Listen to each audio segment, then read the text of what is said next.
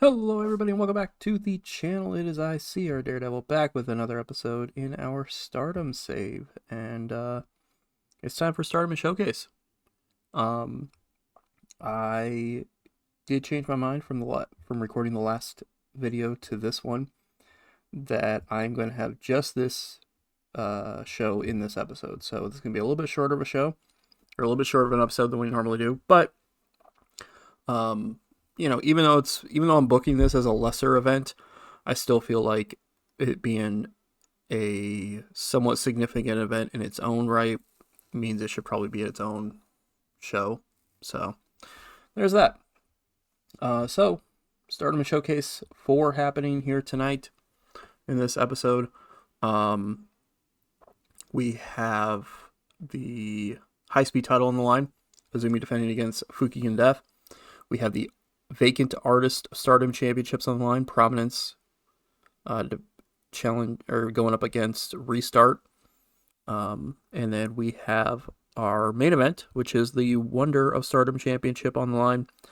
The recently signed Sareee challenging Konami for the title. So that should be very interesting to see. We open up in front of I believe, sold out 1,000 people in the Aromari Hamanasu Hall, with a pre-show bout, one of those like YouTube exclusive things. So technically this is only being broadcast on Stardom World because our Samurai TV deal is only for normal events, and this is a lesser event. But we're treating this as like it's a live. We're pretending that this is a live feed on Stardom World. So we're going to have a couple of pre-show matches that are on YouTube, so to speak. Similar to how they do it in real life. Even if in-game wise, we can't quite set it up like that. Headcanon wise, that's what we're doing here. So we have Yuna Manase defeating Hikari Shimizu in 9:25 by submission with a figure 4 leg lock. I feel like Yuna's been kind of, because of Nane Takahashi leaving us soon, I've been kind of burying you and Yuna. So I figured, give Yuna a victory. Get a little bit more momentum back on her side there. She defeats Hikari here. Nice back and forth matchup. Both had a 38 in-ring performance, so not too bad of a way to start off the pre-show stuff here. And another pre-show bout, we had a triple threat that sees Karma defeating Lady C and Nanami in 9:12.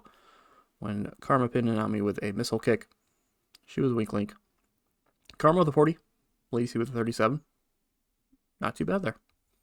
So a couple pre-show bouts there, just to kind of warm up the crowd and get some people who I don't use a whole lot or hasn't had a whole lot of momentum, getting some matches here and a couple momentum boosts for a couple people there. Our main show opens up with our high-speed title matchup. Fukigen Death challenging Azumi for the high-speed championship. And he gets a 56 rating, as Azumi makes defense number 12 of the high-speed title with a victory in 11:47, thanks to a fast brainbuster. 56 for the match, 53 from Azumi, 43 from Fukigen Death. I did rate this on high spots, or I did make it a high spots match. So yeah, both were penalized for stamina. I could have just done a normal match, but my mindset is that I'm booking the high speed title as a high spots match every time. So I'm not going to change that. I do understand that they're going to be penalized for stamina every single time I do this match, unless I do it a lot shorter. I could have done that. I could have knocked a minute or two off of this matchup, and it probably wouldn't have been much of a penalty stamina wise, but it's fine. It still got a 56, which is not a bad way to start off the show. As Azumi makes defense number 12 of the high-speed title, so she's just dominating with this high-speed championship. Can anybody ever take this title away from her? We'll have to see. But she defends here against Fukigen Death successfully. Yeah, okay, that's what I expected from this. 63 rating. For this matchup is Peach Rock defeats 7-Up in 13:49 when Mayu pins Nane with a diving double foot stomp. Mayu had shoulders above everyone, obviously. Momo was a weak link, obviously. I like Momo, but obviously. Um, yeah, 63 is not too bad. I already knew that Nane and you don't work well as a team. That's part of the reason why I took the belts off of them. Momo was really off her game, so that kind of sucks. She would have had a better in-ring performance if she wasn't off her game, but it happens. It happens. Mayu with an 80 though. Like, remember when I was saying at the last episode about like Julia, you know, only getting like a 50 something, and how I have people on the roster that are potentially better. Like, I know at this point it technically doesn't make a whole lot of sense story wise to put the world title on Mayu because she's kind of cool with just like hanging back and not being the world champ, but like, come on.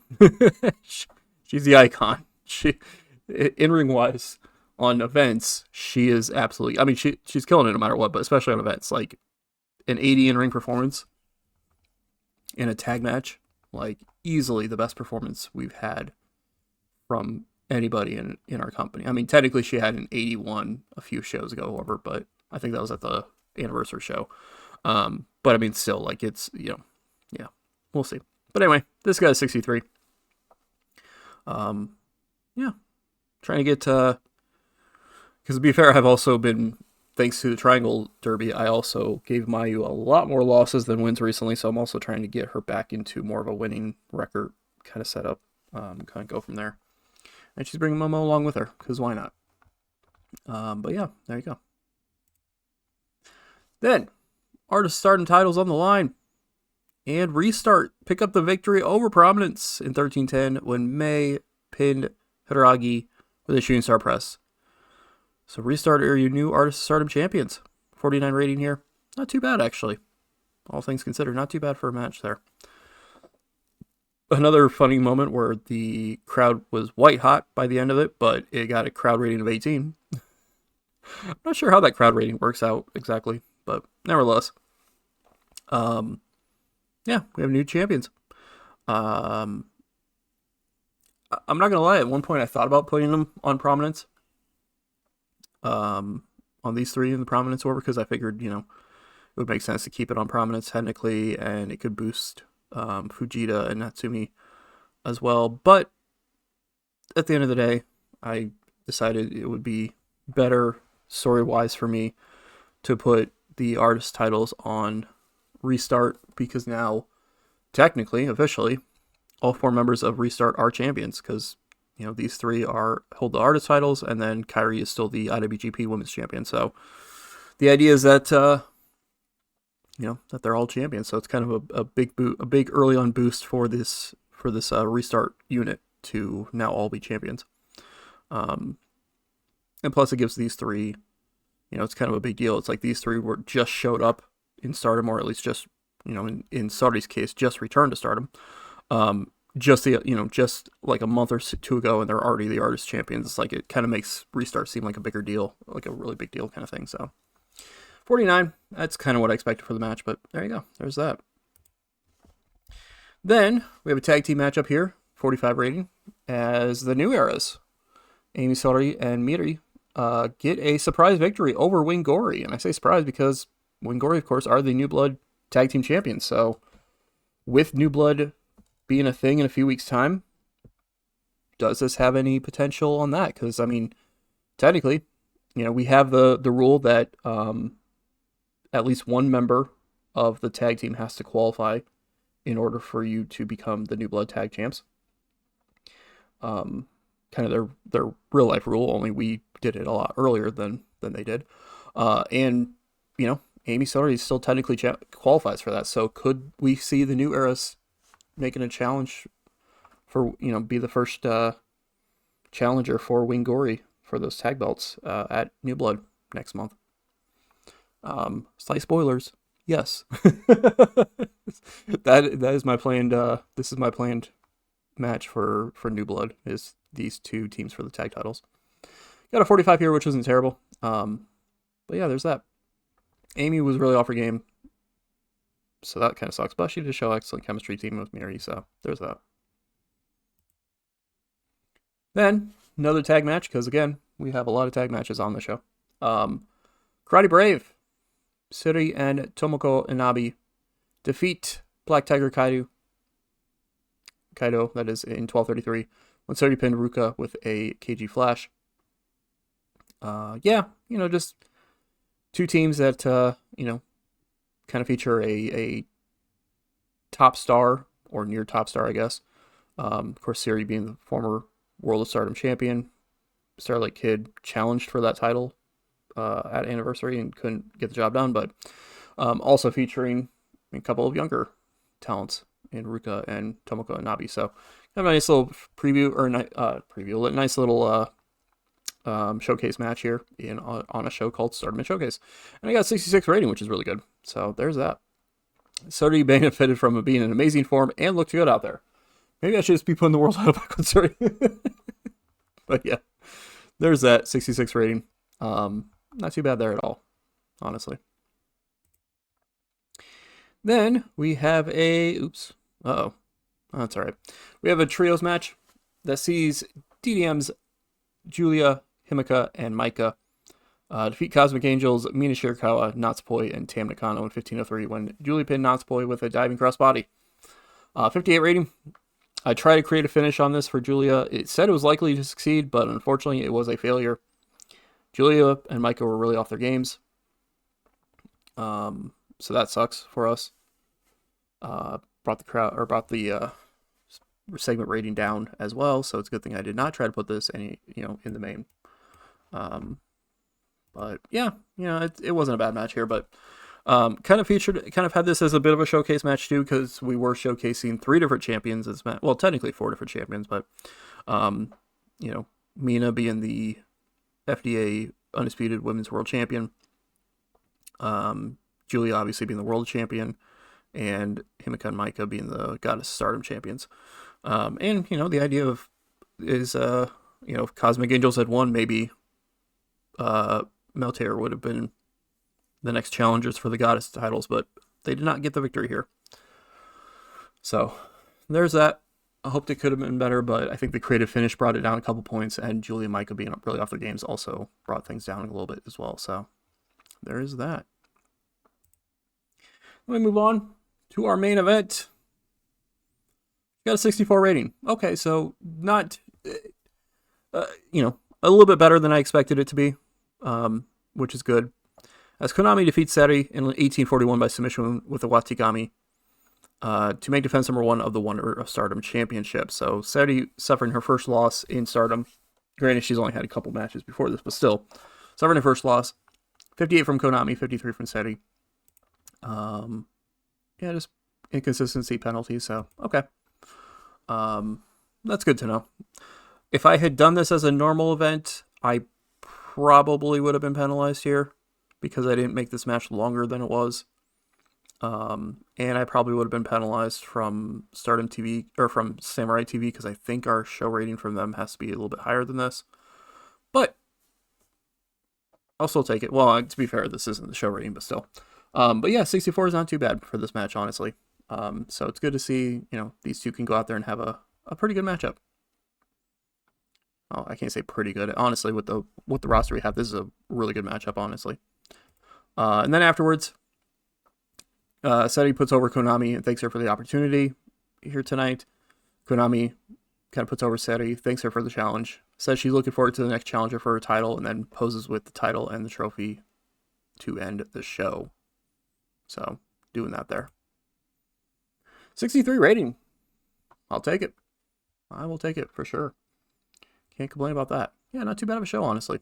Definitely a lot better than our last event, that's for sure. I don't remember if that was better than Anniversary or not. We'll have to check real quick. Made $19,000 on the show. Nice. 19,500, really. We officially went up to 17 in America, except for Tri-State. We officially went up to 17 in England. And we actually jumped up a couple points in Japan. So we made, I think those dropped down a point when we had the Triangle Derby Championship battle. So I think we just got that popularity point back from them. So yeah, I can't complain about that. I cannot complain about that at all. So pretty good show there. Good stuff to see. Good stuff to see, honestly. So we have technically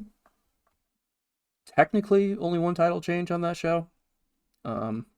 And we were going to have one title change no matter what because we had a vacant title to be in crowned. But at least now we have artist champions again.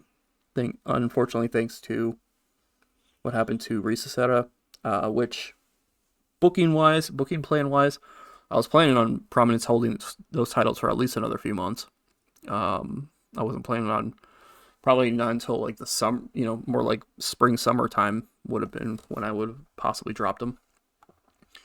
But, it is what it is. So there is that.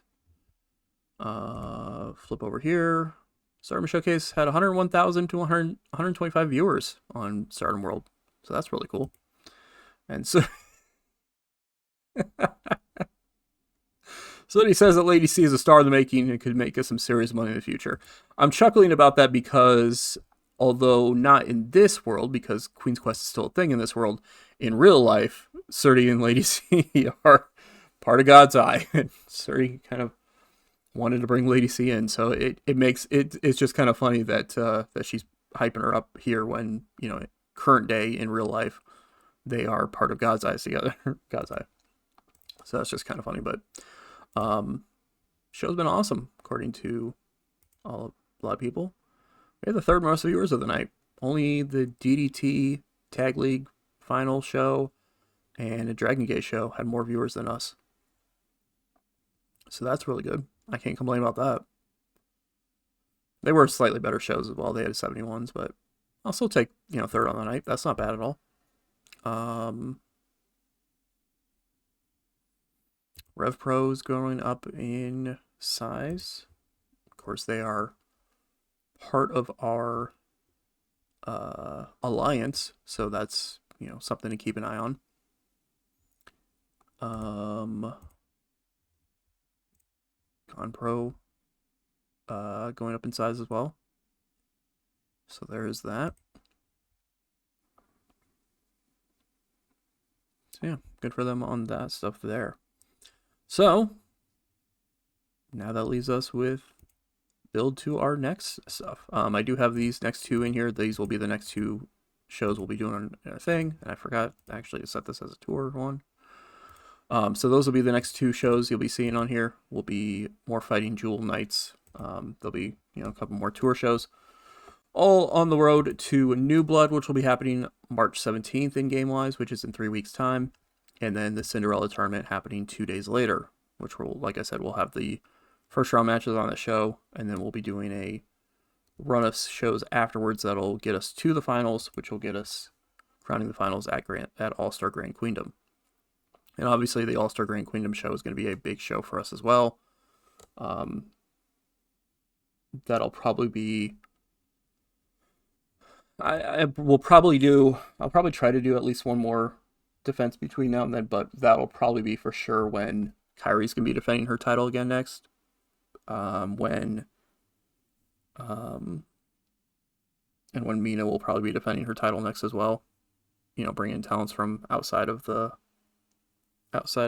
company to come in and challenge for those belts and all that kind of stuff. So that's going to do it for this episode, video, whatever. A little bit shorter than normal, but, like I said, only one show on there. So thank you all for watching. Definitely appreciate it. And we will catch you in our next video.